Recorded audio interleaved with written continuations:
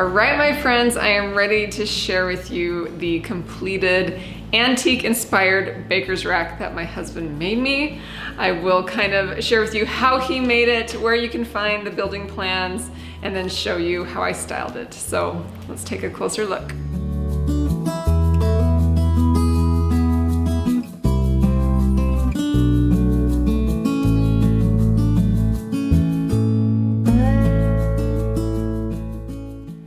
So we have this little spot in our kitchen. It's just this little empty wall nook that sits on the side of all the kitchen cabinets.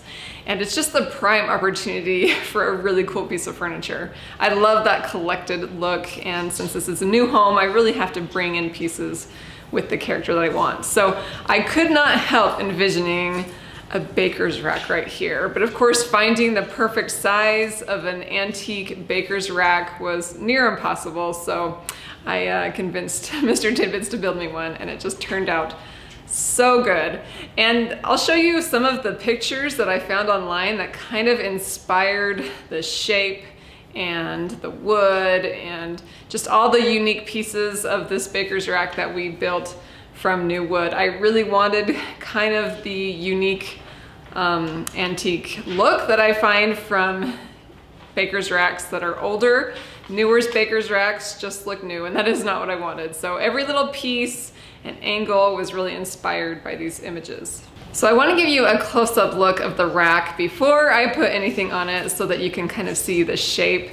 Like I mentioned, we have building plans for you. If this looks like something that would look good in your home that you're really excited about, we have made building plans so that you can make one as well.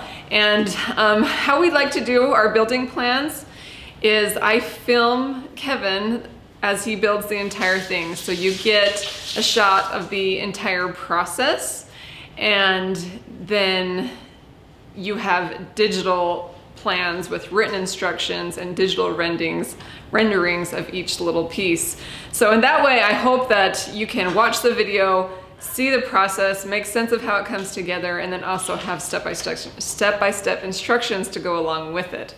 So you can find those building plans at tidbitsandcompany.com. And I really hope that some of you get to make this and enjoy a cool piece like this in your home as well.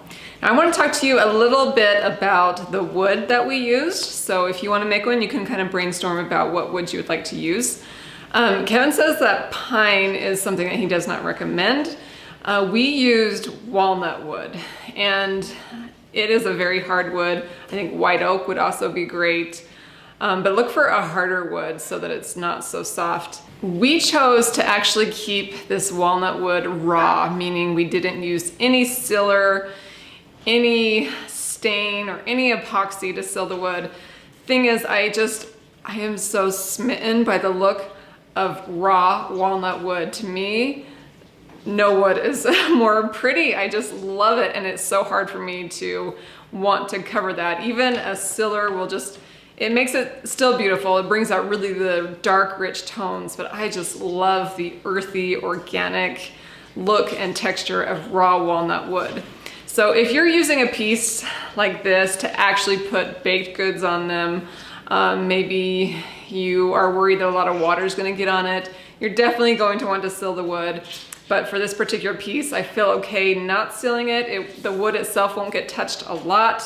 There's not going to be water on it, so I feel pretty good about leaving this wood raw, and I try to do that anytime I'm working with walnut. Okay, let me now show you how this piece looks after I kind of styled it and stored some of the items that we use and would love to see out visually on this piece.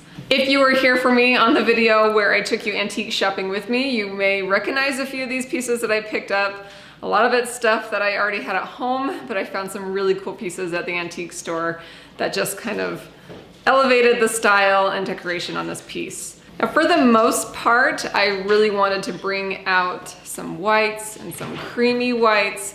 I just knew that they would look really good popping against that walnut wood, and I really do think it looks lovely. We actually have a lot of the everyday mixing bowls that we use on here, and it's actually really, really nice to just have them set out and depending on who's putting away the dishes, the bowls get placed in different spots, but it's really fun to have that visual pop of the whites and then have pieces on here that we use frequently. I also included on the baker's rack some baskets. I feel like the texture of baskets and that wood on wood tone looks really fun in some of the baskets. And the wooden bowl, I propped some linens that I found in different shades of creamy whites, even some blues, because our cabinets here in the kitchen are a light gray blue. So to pull in some of the blues on the baker's rack next to it, it just felt right. And I love how it coordinates all together and just kind of feels like it's right at home. I also included the awesome walnut wood box that my husband made me for Christmas. If you saw that video, he found some really awesome, unique, antique silverware set for me and covered the box with this walnut wood. So I really love how that walnut wood matches perfectly with the baker's rack. So you get some coordinating and some contrast. I just had a lot of fun with it. I've got the cool old wooden utensils and spatulas that I found antiquing set in this little crock. I displayed the English platter up vertically so we could see the pretty design. Anyway, I just played around for about a week adjusting things, and then of course it gets moved around as our life goes by, but it's been a really fun piece for me to play around with and display some items that we use and love. And just when I thought it was about done, I realized it would be really fun to add some hanging dried herbs. We don't have very many fresh herbs right now, so I grabbed some that I'd already hung and saved, and I just feel like that little piece of dried herbs hanging on the rack is a really special touch, and I can see in the summer months using it a lot for that. In fact, because the rack has airflow, I think it would actually be a really good spot to dry herbs in bulk. So I may do that, and it'll just be like culinary decoration that we actually cook with. So I love these pieces that you can play around with during the seasons. I don't have a lot of spots in my home that are prime opportunities for swapping around decoration. I do like to keep that minimal, but I do love to have a few spots where I can play around with and help our home feel seasonally appropriate for each time of year. Oh, and the last thing I should probably mention is the art that I hung above the rack. I found this really cool frame at the thrift store for a couple dollars. There was no glass or anything inside of it, but I loved how beefy and vintage the frame looked. And so I printed some of the digital winter art that I have in my winter collection on my shop at tidbitsandcompany.com. You can go and purchase that print for really cheap and then send it to a printer. But that's what I did here. I love this piece. I call it Winter Serenity.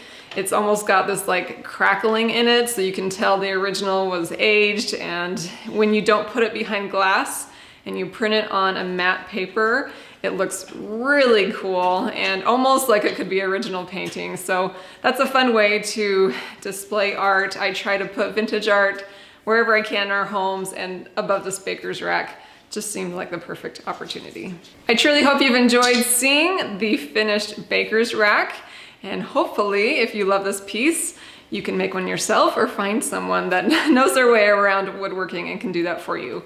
I really love bringing antique furniture into our home, but finding the right piece can be hard to do sometimes, and so it's really great that you can mimic an antique piece and make it new and make it to fit your space perfectly. So that's what we've done here.